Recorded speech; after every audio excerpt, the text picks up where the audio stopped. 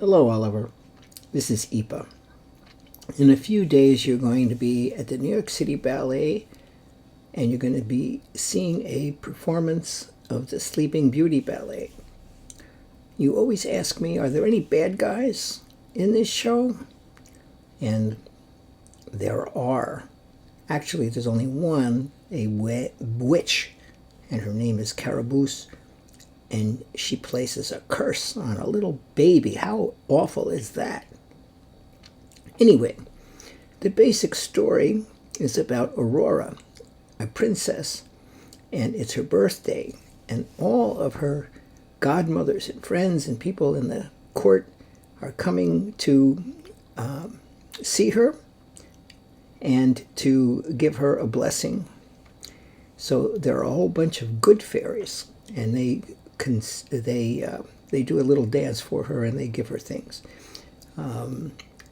gifts. But these are gifts like music and courage and so on. And then all of a sudden, there's lightning and flashes, and a figure comes in dressed in black in a carriage pulled by bugs. Oof, awful. Anyway, this is Caraboose, and she is not happy. Why? She was not invited to the party.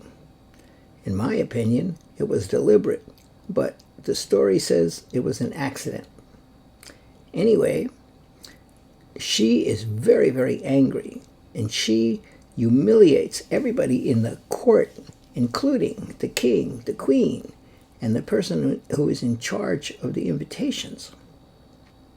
And then she looks at the baby and she points at it, and she says that when the baby grows up, the baby is going to be very beautiful, but she is going to prick her finger on a spindle and then die. Oh no, don't worry, she doesn't really die.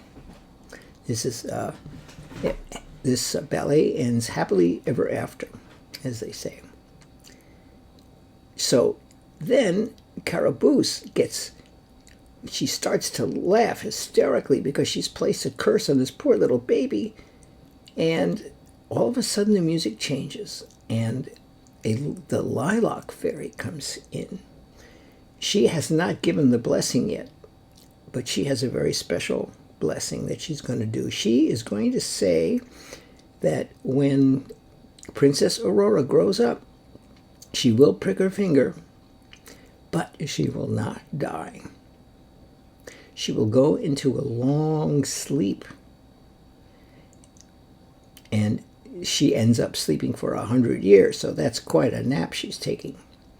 But what I want you to understand is how the music and the costumes and the action are so different for the witch and for the lilac fairy. The witch is dressed in black.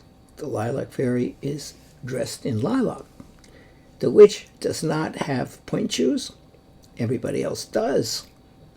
The witch does not jump or spin or do any of that kind of stuff, which we like to see as dancing, but she does act, and she acts in a very mean way with gestures and so on.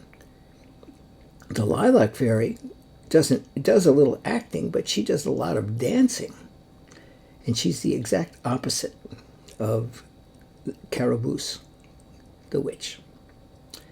Anyway, that is the story about that part, and I'll tell you more in other videos.